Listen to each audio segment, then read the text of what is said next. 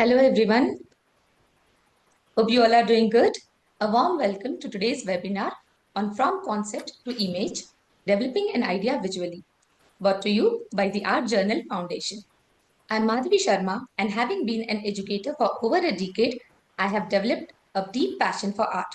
I believe art is a powerful way to connect us all on a deeper level. I'm glad to introduce you to all to the Art Journal Foundation. Art Journal Foundation is a creative platform by Elevating Art Private Limited. It is an organization by teachers, of teachers, and for teachers that aims to create the creators. In the endeavor to bring light to the creativity within our learners, the Art Journal Foundation wishes to engage and encourage teachers in professional development. We support the idea of process over product as skill development happens during the process. Hosting webinars like today's and many more, we wish to create learning spaces for teachers. In today's session, we will be focusing on what is ideation, the process of developing an idea, how to research an idea, ways to develop artworks, and experimentation. And I'm sure that each one of you who is already an expert in your field will come up with ideas of collaboration to support your learners. I'm excited to introduce to you to our expert of the day, Ms. Meera Subramaniam. Ms. Meera is a gold medalist from Madras University, graduating with an MFA degree in Commercial Art and Art History from Stella Maris College, Madras. She started her long career as a visualizer at leading ad agencies, designing advertisement, book covers, institutional journals, logo, and exhibition stalls. She also decorated the interiors of office, dance studios, and traditional homes. As an academic professional, she has over 18 years of experience managing schools, setting up art departments, and teaching art and art appreciation in India and abroad, covering CBSE, Cambridge, and international baccalaureate syllabi. She has been a question paper setter for Madras University and continues to be an IB examiner for over 10 years. She holds corporate experience in the field of international education. For 9 years, she was senior manager and trainer at Advice International, India's leading company in sending students to study at foreign universities. As the wife of a very senior general of the Indian Army, she has established a chain of schools for special children and counseling cells to guide the children from Indian officers. Her pet project, Adopt a Family and Helping War Widows, earned her the Uttar Pradesh Gaurav Award for social work from the UP government. She calls that the food for her soul. Mrs. Subramaniam is widely traveled and speaks over 4 languages. She has had an early grounding in Indian Carnatic music and Bharatnatyam. She has even liaised with the NHK World TV of Japan in the production of a telefilm of a photographer Raghu Raj. Her hobbies include set designs for stage shows, sewing, and the game of mahjong. Having recently retired from her formal employment, she is presently writing a book on art appreciation for young readers. Welcome, Ms. Meera. The stage is all yours. Thank you very much, Madhvi. Good day to all of you. It's a great pleasure to be interacting with so many art teachers across the globe. And at the very outset, I'd like to say a very big thank you to Art Journal Foundation for giving me this opportunity. I have chosen to speak just as I address my class. So when you are following the presentation with me, I request you to imagine that you are in your senior art class. Let's get into it straight away. From concept to image, developing an idea visually. What is development? Development basically means providing details and support for the ideas that you have. Basically, it is the progress and the journey from the very idea that the student has, developed, growth, and taken along from its starting point to the final artwork that is submitted for an examination. Next. Developing a single idea is a great exercise in creativity. Next. Good visual ideas don't just strike randomly without warning. They are actually ideas that are already in your mind. And as you work on it and try to develop them, they begin to generate greater depth and breadth. Next. Ideation. What is ideation? Ideation is basically the creative process of generating, developing, and communicating new ideas from innovation to development to actualization. Ideation particularly needs a good choice of theme.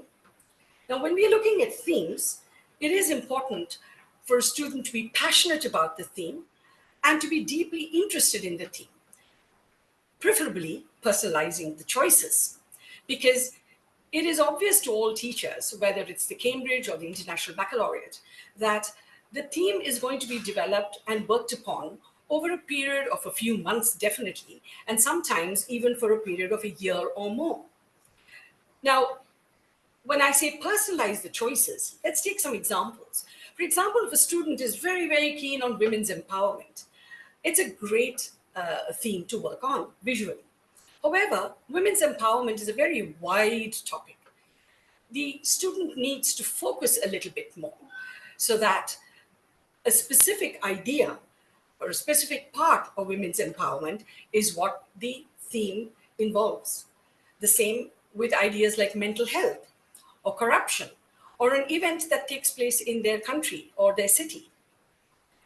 So ideation basically needs to make sure that a choice of theme is definite, has a space for playing around visually, and also can give some depth to the portfolio.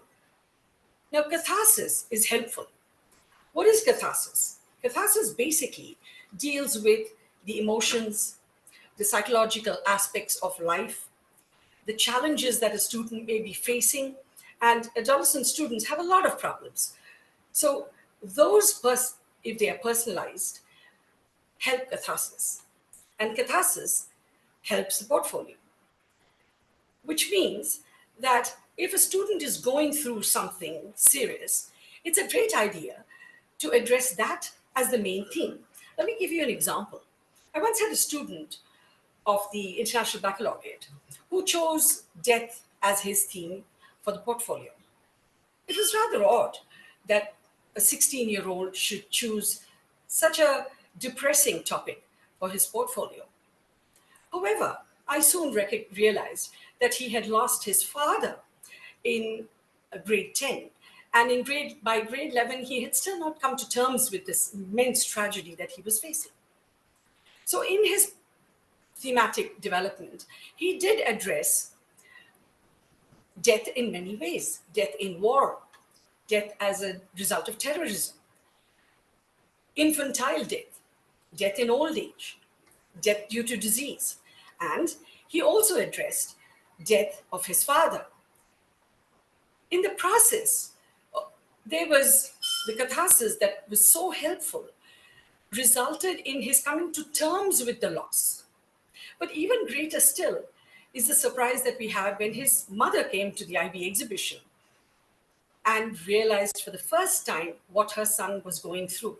She had no idea that her son had not come to terms with this immense loss that he had experienced in such a young age.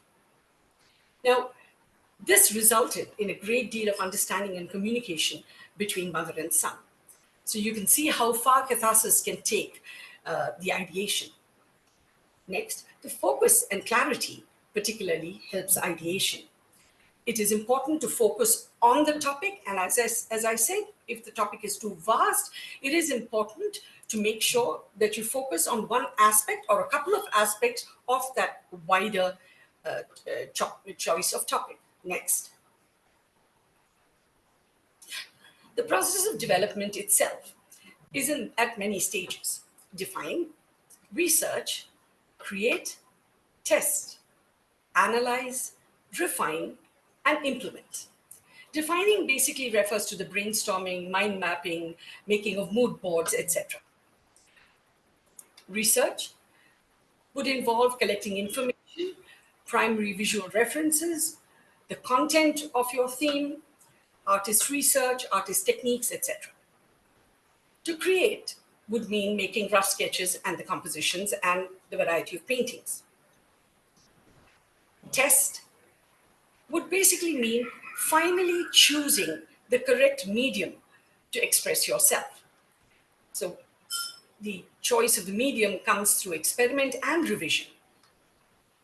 Analyze. The analysis has to be of the work of other artists as well as the student's own work. Refine. The student needs to get out of his or her comfort zone and refine the work based on all the influences that he feels and studies. And finally, implement. We need to start early on the final piece. So as you can see, the human-centered design process goes through the stages of discovering, understanding, creating, and testing. Now let us consider each of these stages of development individually. Next. Define, as we said, involves the brainstorming, mind mapping, and the mood board. It is important to capture the initial thoughts. As soon as you get an idea, the student needs to quickly write down the thoughts that come to his mind. But they also need to work on a flow chart, expanding from those initial words that they write down. Keeping a visual diary is particularly useful. It helps the student organize his or her thoughts, and also there is the opportunity to revisit those ideas if it is required at a later stage. To define the theme, verbal aids can be of great use. Now, when we say verbal aids, what we mean is basically word association. If all the attendees had to just close their eyes for a couple of moments, let me show you how images just click in your mind's eye. I'm going to state a few phrases, and I just want you to close your eyes and get that image in your mind. The first, under the weather. Breaking the ice. Crying over spilt milk. Losing your marbles. Okay, if you have your eyes open again, I trust that each of you were able to visualize in your mind's eye some form of image that led from the phrases that I just read out. So this is how verbal aids can help. Then we need to associate images, symbols, concepts, phrases like we did just now, sometimes song lyrics, or even quotations or stories that can define the thematic outline. Then, of course, most of us know that we need creating a mood board helps students to ideate. And then the process of sketching, doodling, scribbling, etc. Next. Now, mind maps can be of a variety of kinds. Here, most of the samples I'm showing you basically have words. Now, it's important to see what is written rather than how it is written, because don't spend too much time elaborating and designing a mind map, because what is written is what is important. That is where the ideation and the thoughts of the student come in. Whereas wasting time creating and decorating mind maps is really not worth it. Next. Now, when we come to mood boards, we could include photographs, sample color schemes, sample textures, pictures, color palettes, font samples, quotations, song lyrics, a passage from a book, a quotation, anything that triggers off and inspires the student. That is what a mood board is all about. Next. Some students like to be creative with the mood board. But again, like the mind map, don't waste too much time on it. Next. It is valuable to make a few notings on the mood board, and the student can come back to the mood board to refer to what ideas actually went through his mind at the initial stages. It's a kind of reference point that will always be useful throughout the process of development. Next. Research is the next stage of development. This refers to collecting primary visual references.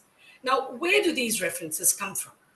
I have found that it is particularly useful to read about the chosen theme. Now, oftentimes, subjects like psychology, science, poetry and prose, and sometimes just general knowledge can trigger ideas in a theme. They give much more depth to a theme because there is more knowledge about the theme. And most themes are not in watertight compartments. They relate to other subjects that the student studies in school. So relating that and reading about the theme surely helps as part of the research. Or it's valuable to take a bus trip or drive in a car, use the camera and the sketchbook. Click photographs of backgrounds that you might use in your compositions. Take portrait pictures of interesting expressions that might relate to what you want to express in your portfolio.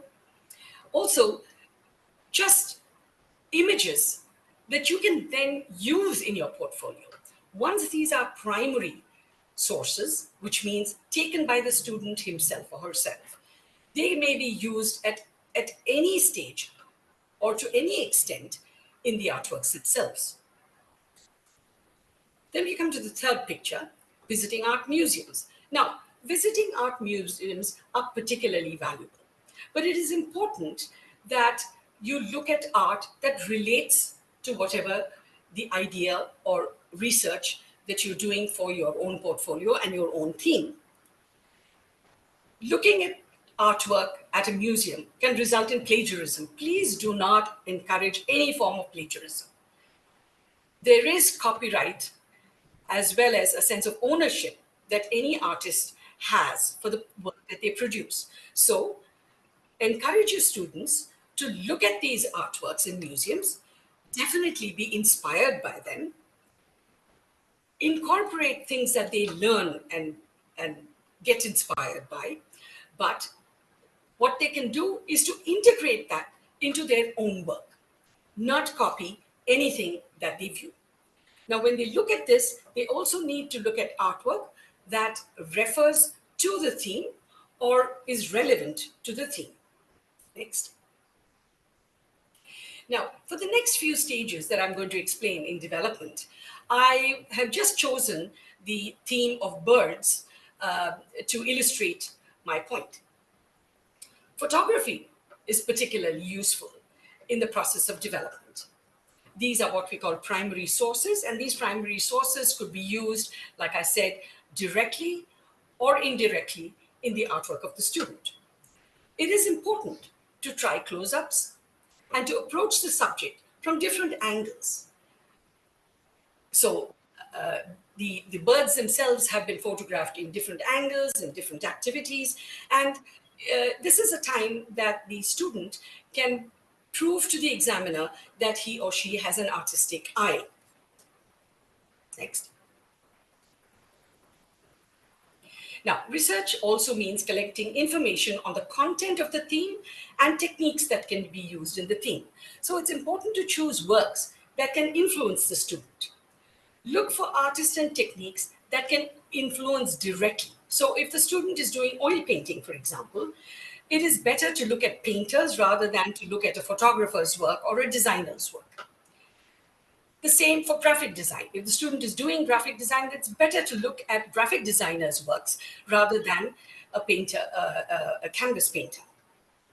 Now, however, if you look at a photographer's work or a designer's work and are influenced by the style of composition or the style of storytelling, of course, that can definitely influence even an oil painting or a piece of sculpture.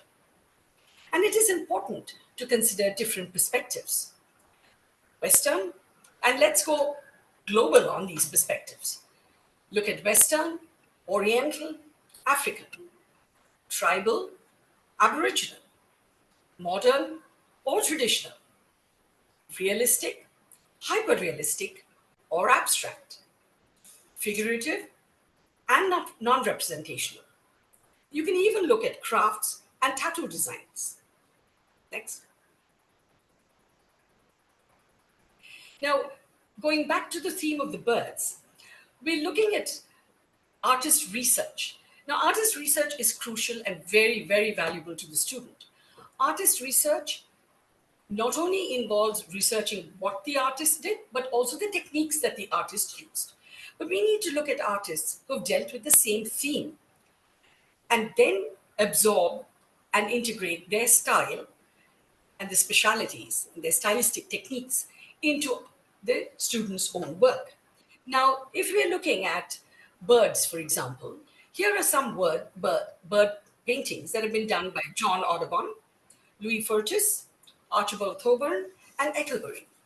They were particularly known for capturing the nature of the bird, the environment of the bird, and how the bird actually physically looks. The written research is particularly important. Now, what does one write in a written research? The student needs to refer to the basic biography of the artist that he or she is researching. Now, if the artist is a Frida Kahlo or an Edvard Munch or a Vincent van Gogh, then we know very well as teachers that their lives directly impacted the kind of art that they made. In these cases, it is important to go into slight detail in the biography that is written as artist research. However, otherwise, just the period that they worked in, the time that they lived, the country that they lived in, how they trained, and what kind of subjects they addressed would be more than enough for the biographical part of it. Then it is important to talk about what materials they painted or worked in. When I use the word paint, the same would apply to design or to sculpture. What is very, very important and should be done in detail is the stylistic features or the movement that the artist belonged to. For this, it is very valuable to pick just one very typical painting of the artist and compare it to what other people in the art world were doing before and during his own time. It means contemporaries and people who preceded the artist. It's also important to analyze that specific artwork that the student chooses. Now, when we say analysis, the student should go through all the aspects of the elements of art and most of the aspects of the principles of design as well. And finally, with a personal response of what the student thinks about that artwork and that artist, can come the decision as to what are the kind of stylistic features that the student might adopt from this particular artwork or this particular artist. Now, it is important to do at least 2 to 3 artist researches, and the same format can be repeated for each of them. Next. Now, when we're looking at artist research, it should relate to the theme and the nature of the theme. Now that I'm talking about birds, and most birds would be in flight, not static objects, I might like to choose, say, the futurists as a style that suits my theme if I were doing birds. For example, Carlo Carrà, Giacomo Balla, Boccioni, all of Severini, all of these futurists basically looked and glorified speed, movement, and dynamism. We know that. Here are some examples on the screen. In a very energetic appreciation and celebration of the machine age, they painted new technologies like cars, trains, and buses moving at high speeds. How did they do this? In order to express these, they used several techniques. Repetition was one of them, blurring was one of them. And they also used lines of force, which they adopted from the Cubists. Dynamism was depicted through the fracturing of the image. There were energetic brushstrokes, compositional turbulence, and receding and emerging forms. And all these techniques can easily apply to birds in flight. So the artist, the artistic style, all of them need to relate to the chosen theme of the student. Next. We now come to the next stage of development, which is to create.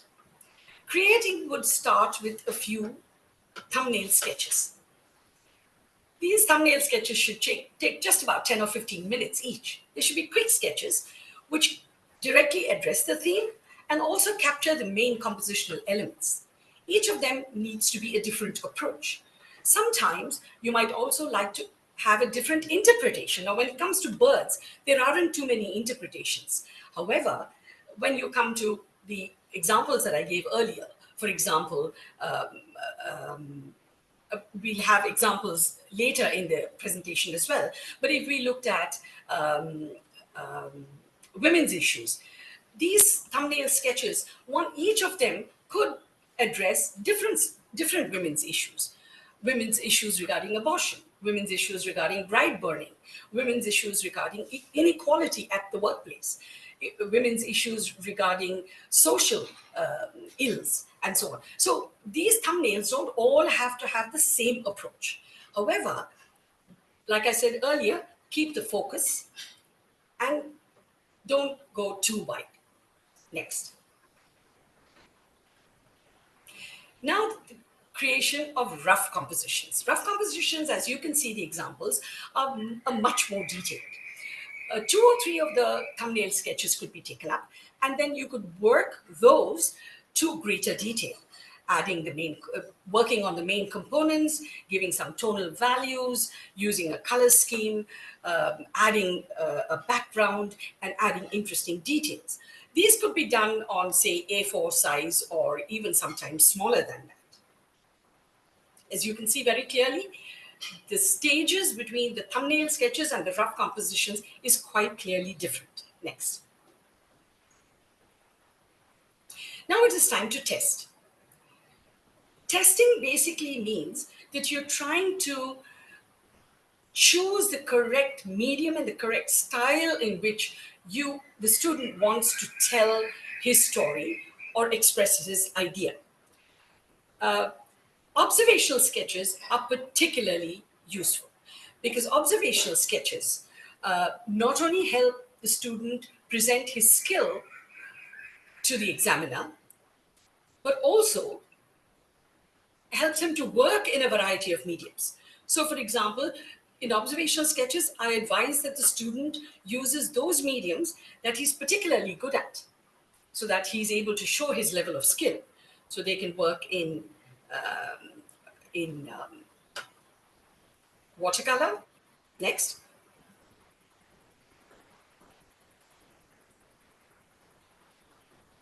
Acrylics. Next. Or even in pastels, or any medium that the student wishes to. Next. Now, the process of testing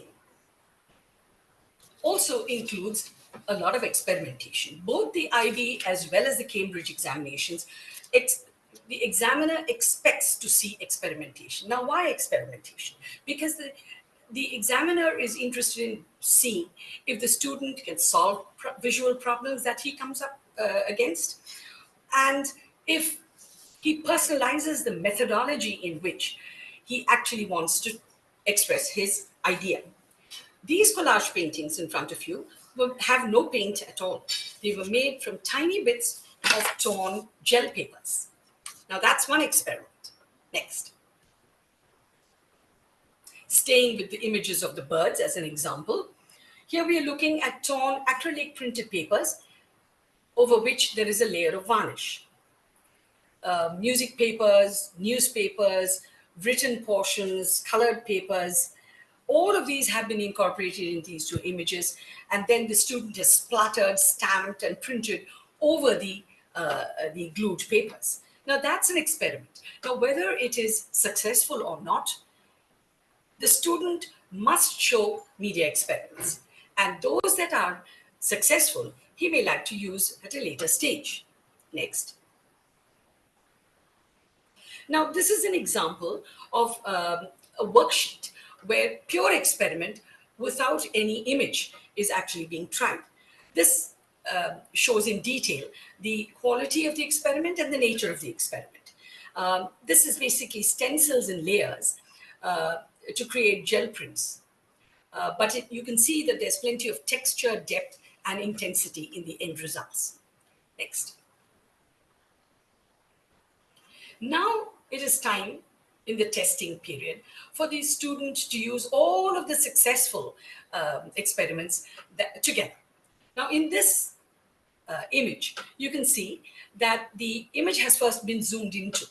So the composition itself has been tweaked. Then the hand-painted, handmade, and textured and patterned papers have been used. So one of the experiments that we saw earlier has now been applied to this image. Masking fluid has been used to get the feathery effect, particularly on the chest of the bird. Then layering, pushing, and pulling colors and patterns and values has now resulted in creating textures and rhythm for the body of the bird.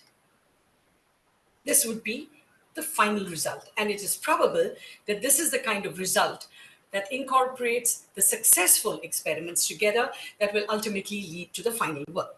Next. Now it is time to analyze. Analysis actually should be done at several stages, not just at the very end. At each stage of experimentation, and even in the observational studies, in the mixing of the experimentation media and so on, it is important to analyze and make a note of the successes as well as the failures. And these are examinations that actually encourage you to fail and overcome the failure through a new experiment. So analysis is to be done at several stages. I encourage my students to put away their work for a couple of days and revisit it so that they can kind of look at it in a more objective fashion. And that's when I find that they are able to tell what was successful and what was not, what was effective and what was not. It is, of course, important to be very objective when you analyze. And you could consider the following. Is there a specific focal point that leads directly into the theme? Does the work look balanced? Now, for balance, most of us teachers tend to encourage the student to turn the whole picture upside down, because then it no longer looks like an image, and it is easier to tell if there is too much negative space, or if the negative space is not balancing the positive space, or if the colors are not balancing each other, or if a particular part of the painting is looking very, very empty or very, very busy, and so on. Is the composition pleasing to the eye? Does the color scheme give the intended mood? Does the viewer's eye move around the painting? What are my strengths and weaknesses? Does the artwork match the original goals? And in this area, if they don't match the original goals, but the student still finds himself rather successful in expressing himself, then he should not hesitate to change his standpoint. Has the theme been expressed strongly and effectively? Now, the next point is particularly valuable, receiving feedback from others. When people, the teacher, classmates, parents, look at the student's work, they're probably looking at it for the first time. And it's interesting because people are naturally critical. They're also looking at it for the first time, and it's not their work. So their criticism and feedback should be considered by a student objectively and incorporated if it makes any sense to the student, and if the student finds that it is valuable feedback. A personal response is something that I encourage my students to write, particularly when they submit at the IB for the exhibition. It is particularly useful to explain what their art is about, and at the Cambridge for the final artwork of the portfolio as well as the component 2. Now, the personal response basically is your analytical observation, the student's analytical observation. The student should explain how the theme has been visualized and how it has been interpreted. They need to explain why they chose a particular style or particular color scheme. Explain which artists appeal to them and what is it that they actually integrated into their work, which was inspired or learned from that artist. They need to analyze how the elements of art and the principles of design have been specifically used. They need to mention what are the mediums that have been used in the final artwork. And while doing all of this, it is particularly important to use the specialist terminology of art and the vocabulary of the subject. Therefore, as teachers, when we talk in the classroom and explain things in the classroom, it is very, very valuable if we use those terminologies. For example, it is important to use the words perspective, background, value, texture, foreshortening, and so on, so that the student gets used to using them and it becomes a part of their own vocabulary. Both examinations, IB and Cambridge, definitely expect this of our student. Next. Now we're getting to the final stages just before we can produce the final artwork. This would mean refinement. Now, refinement is really just tweaking. At this stage, the student is already honed together the skills that he needs, developed a style that he wants to use, decided the color combination that he wants to do, decided how he's going to draw the image, and what all he wants to include in the composition within the frame, and so on. However, now is the time to make small changes, just tweak. And that will make the difference between a partially developed image and a finely developed image. So these changes basically in these images are just a matter of overlapping or merging the two forms of the birds. Now, all that has been described so far is development. Next. Now it is time to implement the final artwork. When we do the final artwork, now this is the example of the finale of the entire research and the experimentation done on birds, a painting on herons. Strong development and continued development helps us work on and implement a final artwork quicker and more efficiently.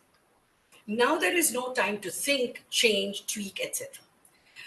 Therefore, it can be useful for a student to make a small sample, maybe in an A4 size, of the final work that they want to do, and then expand it into the larger size for the final artwork. I found that particularly useful for students who did the IGCSE component 2 of Cambridge, as well as the AS level component 2 of Cambridge, because they have timed tests. And these timed tests are for limited periods, 8 hours and 15 hours.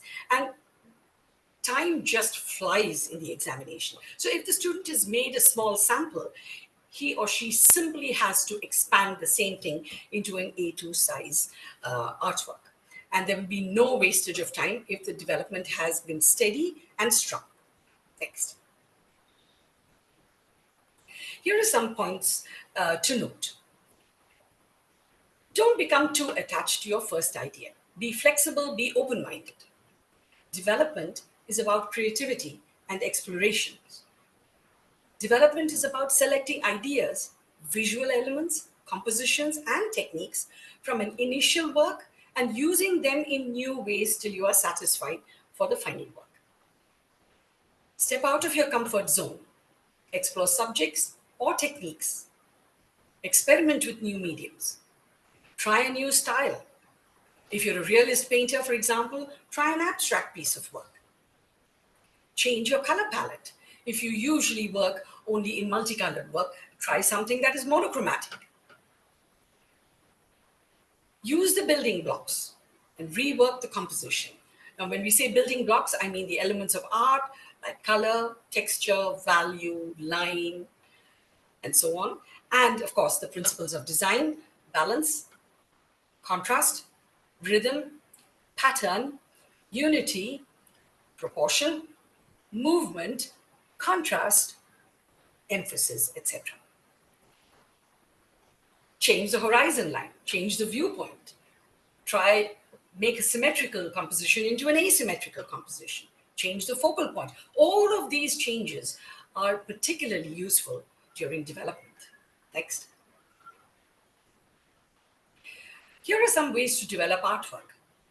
We could be visually dynamic. We all know that diagonal lines create more excitement, more action, and lead the eyes of the viewer in a painting.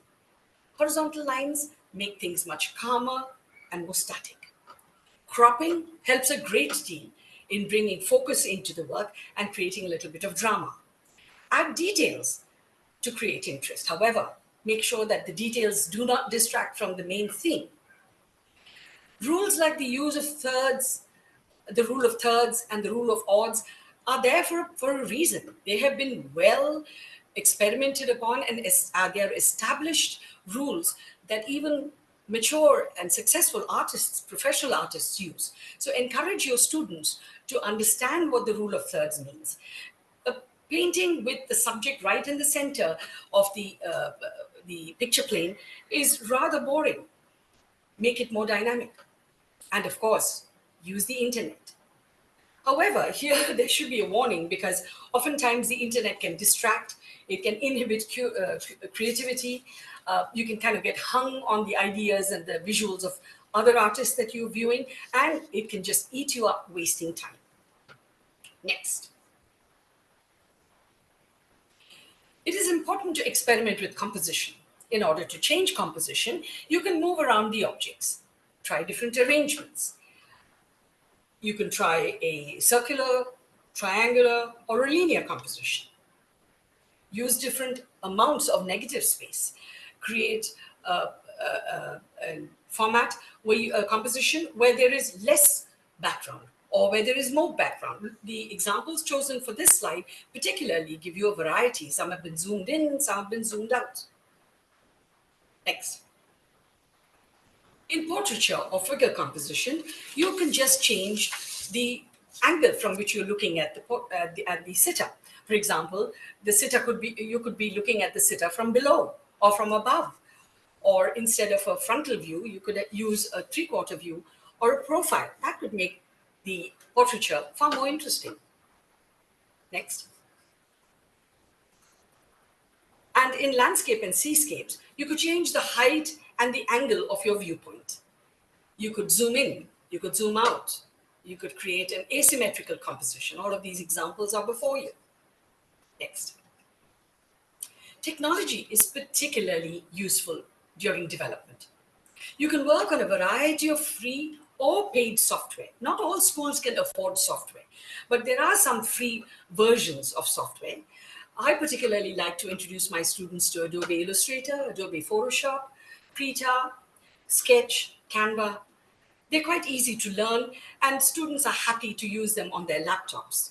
If you're using technology, the examiner expects to see the stages of development when various tools have been used. So make sure your student saves those frames and prints them out in the form of pictures that can tell the examiner exactly which tool was used and how the image was changed. Next. Next. So you could change format, for example, portrait to square to landscape, and you can see exactly how different the images look. Next. Changing lighting can give you crucial effects that are different. Here are early morning, afternoon, and sunset images. However, you could change the source of light from one position to a higher position or to a lower position, and so on. Or you could change the source of light from a strong electric lamp to a candle. That would give you an amazing amount of difference a partially lit image at sunset or sunrise. These are all ways in which lighting can definitely help, and technology also helps you to change lighting. Next. Cropping images, I can't repeat enough. There's a huge amount to be done cropping images, which is not as simple as simply cutting off the edges. There's a lot more to be done there.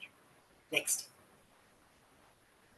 Now, once these images are altered, you can give new effects to your image. Now, both these images are altered using technology. And if the starting point is the student's own primary source, which means student's own photograph, then these photographs can be used, and then the photograph can be turned into a painting. Next. Use unusual angles, foreshortening, and show the skill of the student. Next. Elements of the art would include color. So cool colors, you know the effect of cool colors being calming, warm colors being exciting. They can create atmosphere, they can create a focal point. Next. Look at the way this student has used color. This probably is referring to the different moods or the different aspects of the personality of the sitter. Next. Colors can change moods. The same picture with peach colors feels hopeful and uplifting on the left, and the cool desaturated blue colors create a sadder, more oppressive feeling on the right. Next. Textures can do a great deal. On the left, there are images of impasto, graffito, collage. On the right side are simulated textures and abstract textures. Abstract textures particularly are interesting because they create a great deal of pattern. Next. This image is one of my favorites. It's just been worked using line and value. And look at the amazing effects that it could have. Next. Media trials need to be carried out, even though techniques may be new. And it is not necessary that all media trials need to be completed. Next. Now, this is a worksheet where a variety of experiments have been tried: hatching, stippling, smudging, dropping paint onto a wet surface. There's paint, there's sponges, there's dripping, use of Indian ink, all of that. Now, this tells the examiner exactly how much work has gone into the student's experiment. Next. More examples. Next. Next.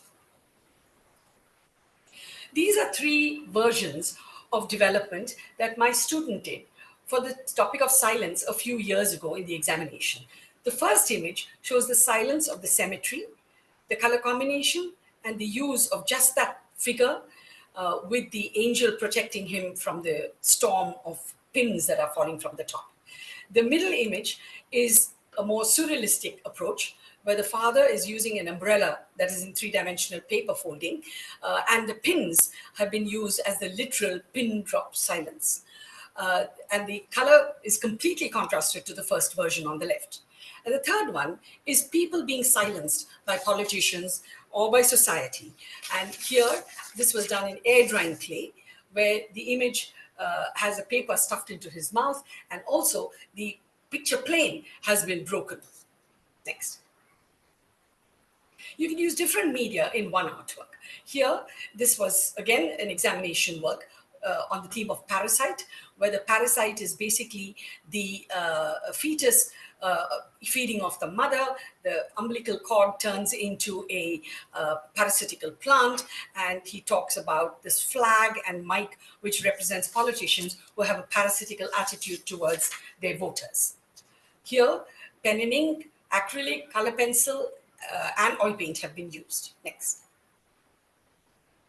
Here, the paper has been changed into brown paper or onto a map. I even once encouraged a student who was working on the topic of bones to paint on an X-ray sheet. So you can be as experimental as you want. Next. This is on newspaper. Next. Being innovative is important, and the sky is the limit. Not many examinations give you as much freedom as the International Baccalaureate and the Cambridge Art examinations. Here is a student who has put a grid on top of the existing painting. Next. Here again, the frame of the painting has been broken. The picture plane has been broken. Next. Here, in expressing the idea of hybrid, this student has painted half the image and pasted it onto a keyboard, half man, half machine. The bottom picture is particularly interesting because this is a diptych. 2 images, both of them visually related and thematically related. Next. Working in 3D doesn't always have to be only in sculpture. You could use wire, you could carve on soap, use cardboard, use thermocol, paint on a piece of furniture, or use cartons instead of a traditional canvas. Next. Developing a personal style means that you have defined characteristics that have come up over a period of time, but it's important to empower yourself with versatility. Below is how Pablo Picasso developed the blue period and the pink period, to analytical cubism, and then to synthetic cubism. Doesn't happen in one day. Next. So visual language can be of any form. It doesn't matter what other students are doing. It doesn't matter how much experimentation has happened or how weird it might seem to other people. Next. Be aware of the criteria: skills, critical investigation, recording of all that you learn and you do, effectively communicating your ideas and intentions, reviewing, refining, and reflecting, and finally presenting. All of these are important that the student understands and knows the criteria while he works and keeps ticking the boxes. Next. Look for the visually most expressive solution and pivot if required. That means change your approach if it requires. Use emotions. Oftentimes, playing music for the same mood that you're trying to express can actually result in more effective artwork. Do not plagiarize. There are no formulae to follow. Development is a long process. Next. Here is a little thought for teachers. Children must be taught how to think, not what to think. Next. This brings me to the end of my presentation. I'd like to acknowledge that several images have been borrowed from the internet. And I think it's a good idea now to have some interaction and to pose some questions. And I request Madhvi to anchor that, please. Yes. Anyone, if you have any questions, please, we are open for the question and answer round. You can also type your question in the chat box if you're not comfortable in speaking up.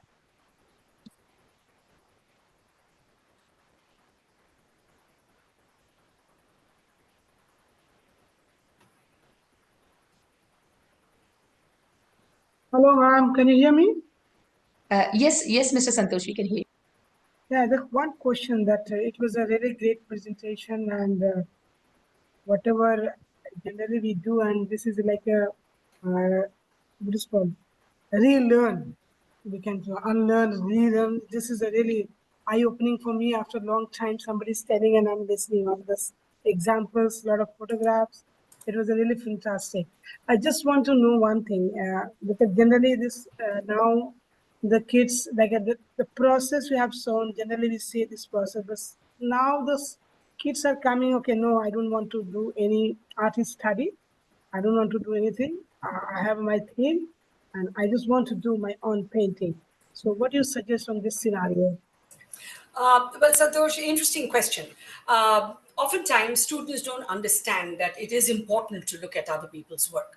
So what I usually do is, in the very first, within the first 6 weeks of students coming into the AS level or the IGCSE, I do a very short presentation, PowerPoint presentation of art history, concentrating more on the kind of artists who they can emulate and who might inspire them. So they have already had a look at some artists, and I make sure that there are artists of all kinds. So somebody might say, oh my goodness, I just absolutely love Picasso, and someone else might just hate Picasso. And they have the right to do that. But they have been exposed to a variety of artists. When I do the short art history, I do it in 2 sessions of 45 minutes each. And I make sure that they comment on the ones they like, etc. Now, the second thing that I said about criteria, you need to make them know that it is important to do an artist research. If you don't tick the box, you don't get the marks. And I think that is incentive enough for a student to do the artist research. So what I usually do is when I look at a student's natural style of painting, I usually note down, oh, this student is really surrealistic. And it's interesting how many surrealistic students I've come across. And then I might note down that, yeah, a Dali or a De Chirico would appeal to this particular student. And I encourage him to have a look at that work. And I find that he automatically is getting influence because he naturally has a surrealistic style. So I suggest, say, about 5 or 6 surrealistic painters, and I ask him to go off and look at their work. And he invariably, they come back with 1 or 2 saying, oh, I really like the work of so-and-so. And then I push them into the artist research. I don't expect, particularly our Indian students, I find that they don't know anything about artistry before they come to the class. So I'm afraid we do have to make these short lists from which the student chooses what they would like. Yes. So, Miss, we have 2 participants who have raised their hands. We have Miss Samri. Yeah, hi. Thank you for the awesome presentation. It was really interesting. I have 2 questions actually. One is about techniques. So when it comes to experimentation, and I have a class of someone who wants to work with probably acrylics, the other student wants to work with with clothes and creating stitching work. Maybe someone wants to work with clay, and they all want to create their responses for the same theme. So as a teacher, what all techniques am I supposed to be equipped with in order to give them the right support in my class? What a lovely question. None of us are magicians and we don't know everything. Yeah. I've always loved the IB and the Cambridge because those are the only systems of teaching that made me grow as an individual. So I do a lot of homework on that particularly. So if, for example, pen and ink is not a style that you normally do, what I do is I just read up techniques on pen and ink. And I admit to the student that I do not paint every single medium. It's impossible. And these grown-up students, they understand. When the teacher admits her or his limitations, I think it's much more appreciated than just lying to the student or pretending to the student. So what I like to do is I do my homework on techniques, and we have a variety of books for techniques for a lot of mediums, and that's what I offer to the student. It is quite a challenge when you have, say, a class of 25, 30 students and you find them all pulling in different directions. There's absolutely no doubt. But I like to make it a learning curve for myself and do a fair amount of homework just on technique. And then supervise the student while they're trying the techniques in the classroom. Right. Sure. Thank you for that. One more question is about digital art. So we definitely want to work with technology and integrate it as much as we can. But nowadays, there's also generative AI art. And so how much of it is healthy for our students to explore with, anything that you can share? Digital needs to be supervised, definitely. That is one thing. And the other thing is, just like we use Turnitin for all the written research work to check plagiarism, I've used tineye.com, tineye.com to check whether my students have plagiarized their images or not.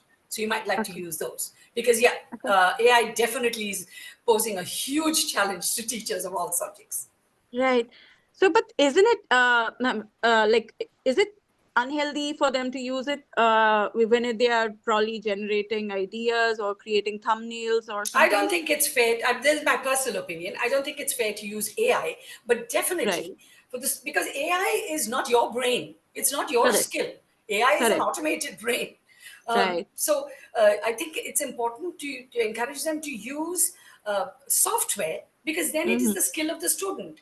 There's such a difference between an art teacher or an art student moving the mouse or a stylus as compared to your dad or your brother trying to produce a picture. So then there is your skill, there's your creativity, there's your ideas, etc. That's fair. Thank you so much. Thank you so much, Ms. Meera. Thank you, Ms. Sabri. So, ma'am, we have 3 more questions. I think Mr. Suresh, Ms. Rajni, and Mr. Harish would like to go ahead with their questions. They have raised their hands. And so probably we have more. We will continue for more few minutes. So in case anyone wants, they can put their questions in the chat box. and we can address it and we can send it to you through emails. Hi, good Yeah, evening.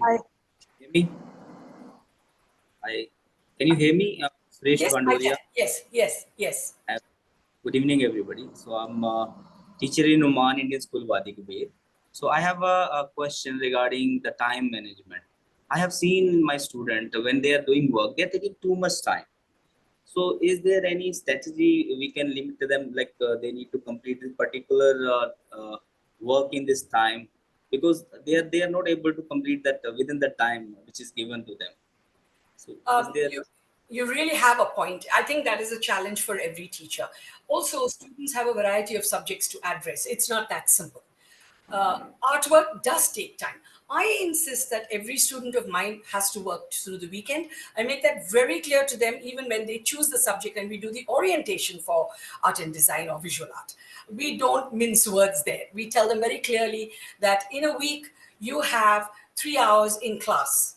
But the 3 hours in class is going to be used pushing you further, teaching you techniques, and pushing and then mind mapping and so on.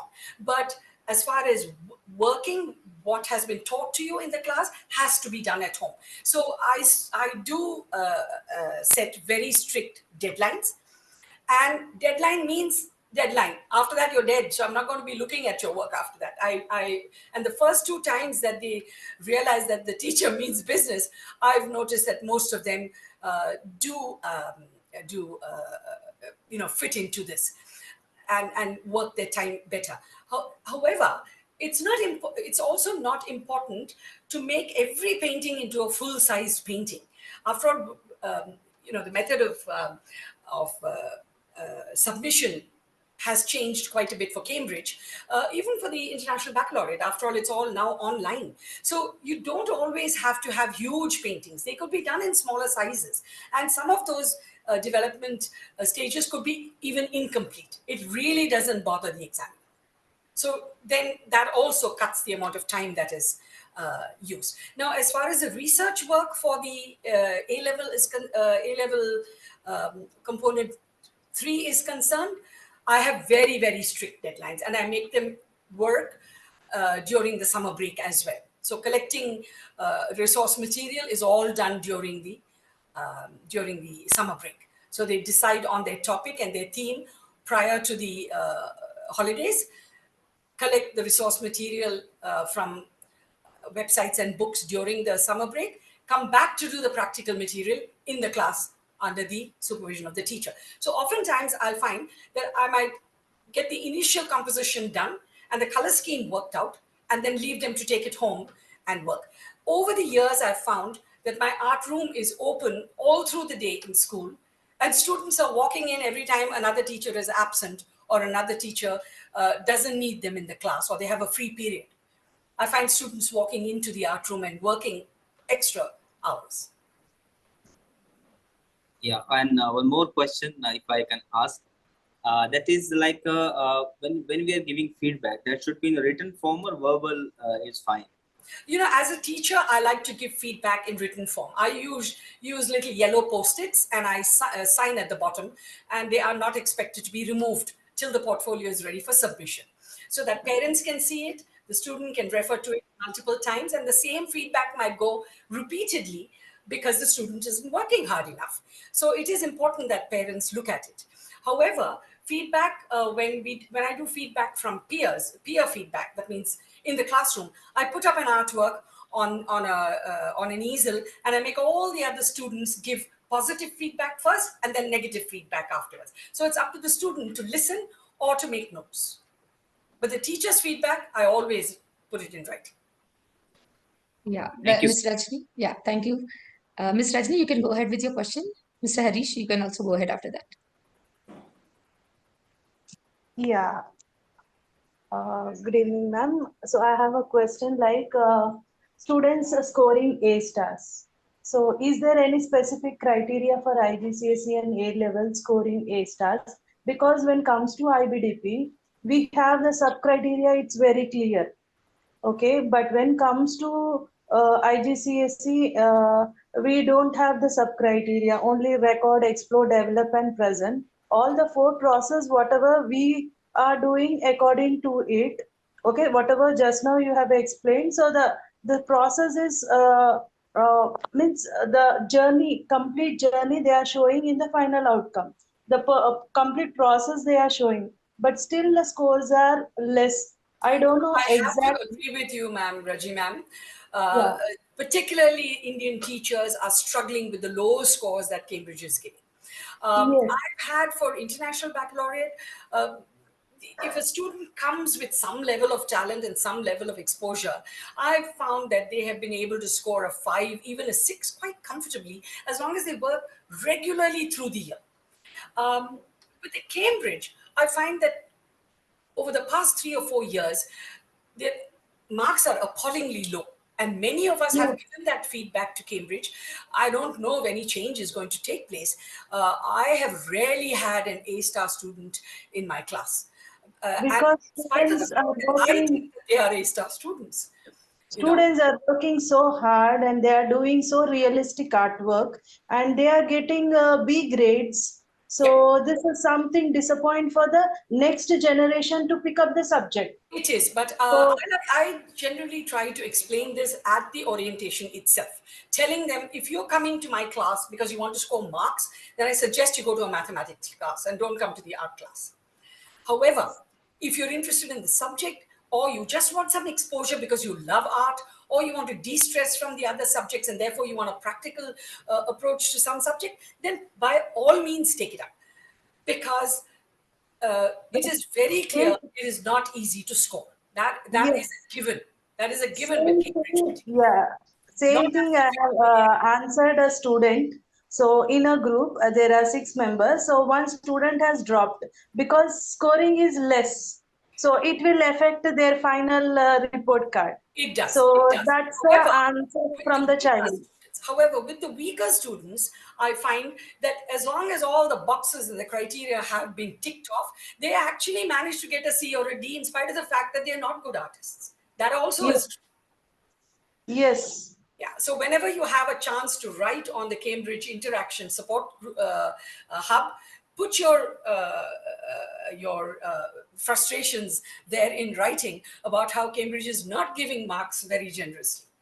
Please do Yes. that. But make the student aware of this right in the very beginning. I think as teachers, we owe it to the student. Yeah, they are getting only Bs. They are not going A But and A also, stars when also. you look at what a B is equal to, it's already a first class. Yes. So make the student, aware of that and buck him up a See, little bit. the student has done excellent realistic artwork. Okay, that too with oil media. It's so difficult to work in 8 hours working with oil media, and she has done in that completed the work with the oil media, and it was so realistic. And I don't know why they gave B for her. That too Also, Raji 61 ma'am, points. once I've had my own student who was excellent, who really did a great job. I think I showed you one of his works on the parasite. He was really, really creative. But I realized that he had not ticked all the boxes. For example, he never did any prep work for any of his paintings. Just producing 8 wonderful works is not enough. And that's why development is so important. He had not done that. He produced 5 beautiful works, in fact, absolutely terrific, high quality, but he had not shown the process. So No, that the child has shown so the process here. Here, yeah, the I child would has shown the suggest you process. put your frustration in writing on the support hub. Yes.